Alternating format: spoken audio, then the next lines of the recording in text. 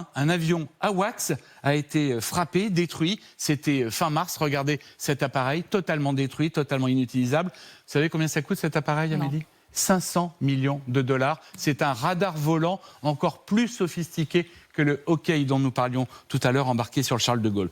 Alors, selon cette enquête, ce sont les bases du Koweït et le quartier général de la 5e flotte à Bahreïn qui ont été les plus durement touchés par ces frappes iraniennes. Comment on peut expliquer cette, certains diront, incroyable vulnérabilité américaine ? Il y a pas mal d'hubris américain dans tout ça. L'armée américaine aurait largement sous-estimé les capacités de ciblage de l'Iran, contrairement à ce qui était anticipé, ce que je vous disais tout à l'heure. Les attaques de l'Iran étaient extrêmement précises. Les défenses US étaient aussi pas du tout adaptées à la guerre des drones, une arme très maîtrisée par Téhéran. Vous savez que l'Iran a donné ses drones au début de la guerre contre l'Ukraine à la Russie, le fameux Shahed. Et dans plusieurs cas, les militaires américains ont certainement laissé passer des missiles, intentionnellement, pour ne pas amputer leur stock de THAAD ou de Patriot, les missiles de défense antiaérienne qui valent extrêmement cher. Donc dans certains cas, on a préféré laisser faire, ça coûtait moins cher en fait que d'abattre ces missiles.